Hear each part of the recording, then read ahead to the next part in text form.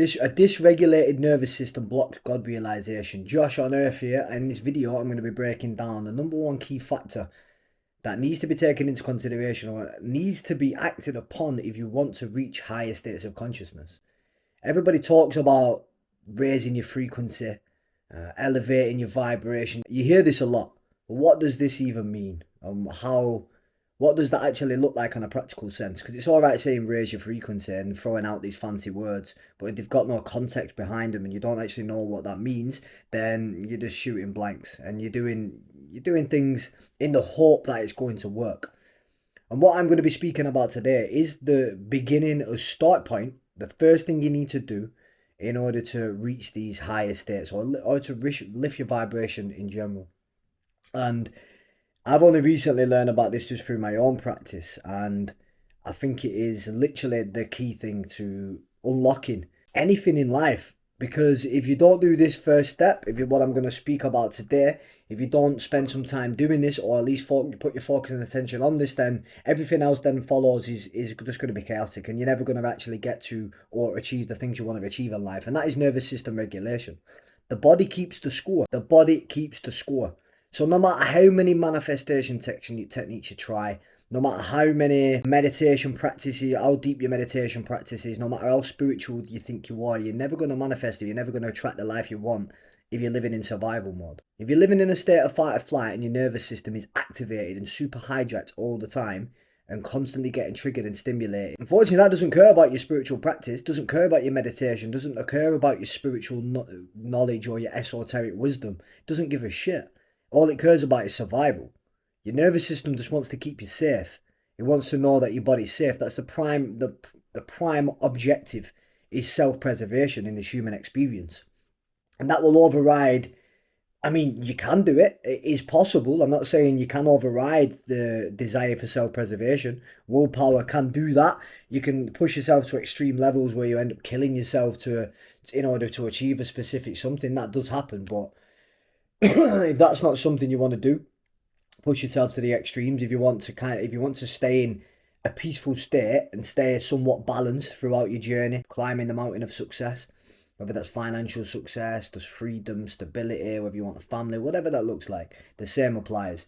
But yeah, you cannot get there if you're living in a state of survival, and you will constantly keep repeating the same cycles and no matter how much success you achieve, you'll keep getting pulled straight back to the same place. That I've experienced this time and time again with money. No matter how much I earn, I always went back to zero. Always, every single time. So I could earn £10,000 a month, and that's just, I'd find a way to spend £10,000 a month. It didn't matter how much money I earned, I always ended up with zero. And this has been a common pattern throughout my life. And it was not until I understood this concept that I was able to undo this subconscious program and finally break free from this pattern. And that's because my nervous system didn't feel safe with money. So every time I got money, that was a trauma-related response, which, yeah, was stored in the body, but just in the subconscious as well, that money meant danger. I felt unsafe, and money meant pain, money meant suffering. And every time I got it, I wanted to get rid of it. I wanted to go back to what was familiar and what was safe. My nervous system just wanted safety. That was it. So every time I got it, I'd work my ass off to get it. Or I've got it with ease, to be quite honest. I think making money's been quite easy from my experience. So every time I've got it. I found no issue getting it. Once I get it, it goes straight away. Or I find some way to spend it somehow, because that's what it is. It's a subconscious programming to leading back to safety and survival. You don't feel safe holding money because you've not been able to train your nervous system to feel safe holding on to money for that longer period of time. So yeah, you just look for any excuse, and the same applies with relationships as well. If you don't feel safe in a relationship, if that triggers your nervous system and puts you in a state of fight or flight, you're going to do everything you possibly can to sabotage that relationship. And this is why we constantly repeat self-sabotaging cycles, because we haven't trained our nervous system for safety. We haven't sat in that state long enough or worked through the discomfort and pain to retrain your system to say that you are safe right now. We are safe to hold money. We are safe to be vulnerable in a relationship. We are safe to love, receive love, and give love. And this is through trial and error, and you don't actually break free from the patterns until you become aware of the patterns. Until then, you'll be forever held hostage and held a slave. But it comes down to getting yourself out of survival mode, finding some form of inner peace and stability within yourself. I tell you what, so I'm going to identify. First, I'm going to hit you with 5 signs that you could potentially be living in survival mode now. And I'm going to give you these because I actually didn't know I was living in survival mode because it was my natural state for so long. Being in that hyper-stimulated state was where I found motivation and energy, but I wasn't actually motivated, I was just stimulated. So the first one is that everything feels urgent. You want everything now, so you rush decisions, you react to things instead of responding, and small setbacks feel like insurmountable. And you want everything quick, like everything needs to be explosive and fast. You want the fast money, fast this, fast this, fast relationship. Everything needs to be loud and explosive. And that's because your nervous system is stuck on fight or flight. So life becomes a series of emergencies. And life is always chaotic. Things always seem to find you. Problems always seem to be attracted or drawn to you. Drama is drawn to you and attracted to you. So that would be the first one. Secondly, you struggle to stay present. When you're having a conversation with someone, you really struggle to focus on them and actually hold the conversation. You struggle to sit and watch something for more than 2 minutes. You struggle to stay focused on a task at hand. Your mind's always pulling you to the past or future, what could potentially be going wrong, or things that have gone wrong in the past. And your brain's always scanning for threats and danger. So you can never actually truly stay in the present moment and feel safe in the here and now. Because that's what it comes down to. You're feeling safe in your body right here, right now. Being comfortable with being where your feet are at, and not feeling like you always need to be living in the future or reenacting or recreating the past. So that's another sign, struggling to stay present. The next one is rest feels uncomfortable. Rest feels like suffering. Like to be able to just sit down and switch off and rest, it feels ridiculously hard. Like you feel like you're wasting your life away as well. You feel guilty for rest. Just having downtime is like illegal to you, or you just genuinely really struggle to rest. You struggle to sit down, you struggle to chill out. Because I was very much like this. Rest was like, no, it was just, yeah, it was unheard of. Actually having genuine rest where I was shut, that I'd sit down and relax and genuinely decompress and not be over analysing or over planning or thinking about my next move. Just having a time where I just don't detach from all of that and genuinely unwind. Constantly feeling like you need to be at work, constantly feeling like you need to be doing something, constantly filling the space with noise, scrolling, texting, doing things. So your nervous system is addicted to adrenaline and cortisol. Cortisol, the stress hormone, and adrenaline, everybody knows what adrenaline, that's the hormone that gets released through your fight or flight being activated. So you're actually surviving off adrenaline and cortisol and floods of dopamine, hits of dopamine. That's what you're running off, which obviously you know is not going to be sufficient. You can run off this for a short period of time, and it's like hitting the NOS button in the car. Yeah, you can fast pace, you can get to destination fast, but eventually it burns out, you crash and burn, and you have to go back to doing what you're doing. So yeah, you can press the NOS button, but yeah, it ain't. If you're talking longevity and you want to last a long time in this game, which everybody knows that consistency is what brings, over a long period of time, is what brings the grand results.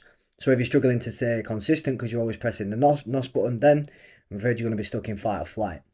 So that's another one. Next one is over control over everything. So I touched on that briefly, but planning obsessively.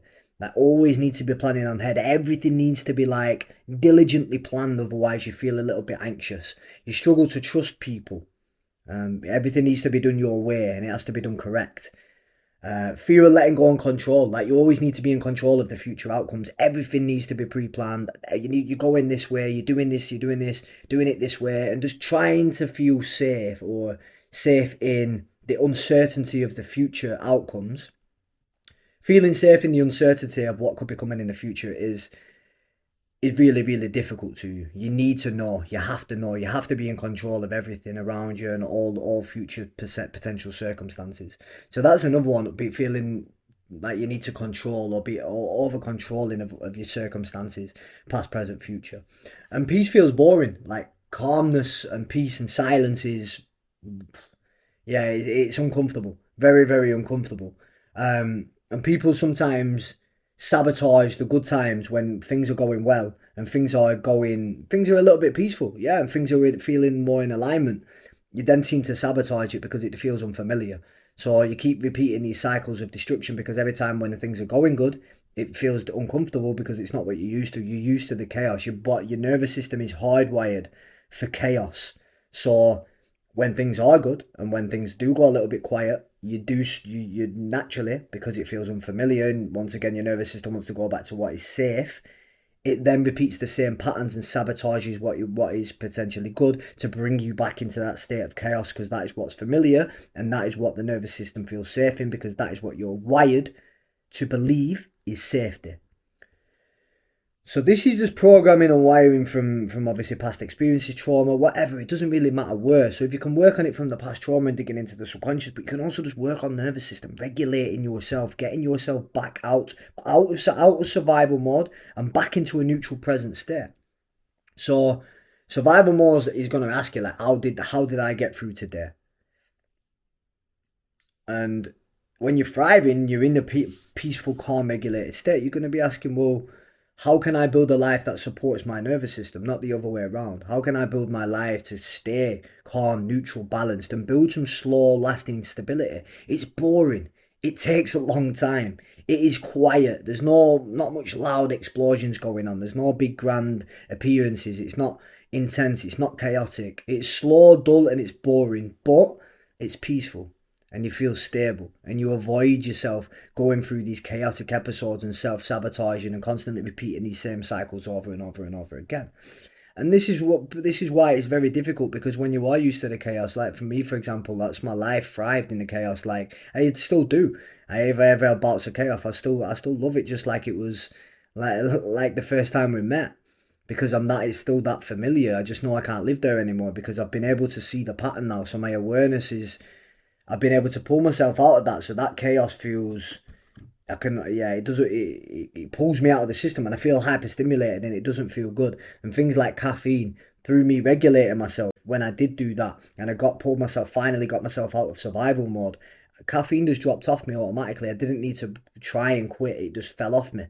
I didn't even, and I don't drink coffee anymore. I managed to quit coffee when I managed to regulate myself and get myself out of state of fight or flight. Um, just bringing my energy down back to baseline. And then it's from there. It's building the systems that are gonna support your nervous system, building the diets that are gonna support your system, building the cash flow and the financial structures and systems that are going to support your nervous system. And yeah, doing things like the quick money and the fast cash, it's very good, it's mint, but it doesn't last and it goes faster than it comes. But if you can focus more on keeping yourself in this balanced, neutral state and keeping your nervous system regulated, then that's going to become the number one priority. So your external environment is going to come secondary. And that's where we go wrong. A lot of us are prioritizing our external environment over our internal state. And as above, so below. So when if you're outside, you're looking at your outside's chaos. That's only because your internal is chaos. It's got nothing to do with the external. We're always in a time delay anyway, because everything exists on the causal plane first. So everything is first a thought, and then eventually the physical manifestation presents itself on a time delay. So everything you're experiencing in your life, you've created through your internal state and how you're feeling. So your thoughts and your feelings. So by regulating yourself and being more calm and bring yourself to that neutral state, the world's going to match that. So your world's going to mirror that. So you're going to be coupled up with people who are on that same level, who are also regulated, also emotionally stable, also aligned with your path, also building, also growing at a slower pace, but are willing to play the long game because they know that safety and regulation and staying in a neutral state and staying stable, staying out of that fight or flight mode is the way to long term success in any walk of life and any endeavor. And the smartest people, the wisest people, they know this. So they're willing to play the long game because they know that safety and stability is key. And just even having just like a little safety things to fall back on, and just start keeping yourself out of that fight or flight in any which way you can, whatever that looks like for you. Or that's up to you to design the systems in alignment with what suits you and what makes you feel safe and comfortable in your own life. But when you're hardwired for chaos for that long and you have lived in the chaos for that long, it's going to take some work. It's going to take some time to pull yourself out of that survival mode and back into a neutral state, and it's going to feel uncomfortable. This isn't a process that's easy. It's very difficult, and you are going to have to sit with and face a lot of things that you've been hiding from. Because through the chaos, it can become a distraction as well. You can distract yourself from things that you need to face. But when you've got the capacity through regulating yourself and putting yourself in a neutral state, now you've got the capacity. These things are allowed to flow through you now, because you have the space. So things that you may have been putting off, you now have the space to process these things because you've created that space within yourself. So anything that needs to be worked on in order to move you forward and achieve the things you want to achieve in life, then you will now be able to do that through regulating yourself. So that's why that I believe it's step one. You can't reach anywhere else. You can keep trying and trying and trying, but you're just going to keep repeating the same cycles over and over and over again. And this is said through experience. I didn't heal my relationship to money um, until I did this, until I regulated myself and found safety in my system. My really traumas through relationships, through constantly attracting chaotic partners and the relationships never working out for me. What else? They were the two main ones for me. They were the things that I found most difficult in my life, and I've always self-sabotaged, or they've always ended in chaos and destruction because must have been drawing the chaos in some way, shape, or form because that's what I was attracted to, because that's what felt familiar. Chaotic relationships, money getting coming in fast ways and then leaving in fast ways, big lumps of sums of money, me being on overdrive, stimulated, spending all the money, and just repeating them cycles over and over and over again. No matter how much I got, I'd lose it all. No matter how in love with the woman I thought I was, how good the relationship, it would end. And listen, it's been a blessing because these things were never meant for me anyway because of the state I was attracting them out of. But now anything that comes my way, now I know that is meant for me, unless obviously it is, because you do still attract the opposite. But you're aware of it now. You've got the level of awareness because you are stable. You can see the chaos. You can see it from miles off, and you can choose not to entertain that anymore because you broke the pattern, you broke the cycle, you finally broke free from that. So it's up to you. You choose not to entertain that. You can dip your toes in if you really want to, but I prescribe not doing because you've managed to rewire yourself. So why would you go back to repeating the same cycles and patterns you've finally broke free from? Even it's not saying it's not tempting. It is tempting sometimes because it is just like anything. You're like an old lover. Like it's just like a toxic ex. It is tempting to go back there at times, but you know it's not good for you. So you choose otherwise because you're putting yourself first and prioritizing nervous system regulation. You've worked hard to get here, so don't throw the towel in and self sabotage once again. If you want to know more, and if you do want to go a little bit deeper on this topic and understand it, I've made a free ebook. Download that below. Links in the bio. Get all the information you possibly need. Any questions or deeper questions you want to ask me, then I'll put my email below. There's a link you can fill in a form actually, and we can get in contact. I'll drop you a message within the next 24 hours. We can have a good chat. You can pick my brains at any questions. And then yeah, if you're interested in any more content like this, or you want any more, comment. Let me know what you want to hear. If not, drop me a subscribe. Peace out, Earth ones.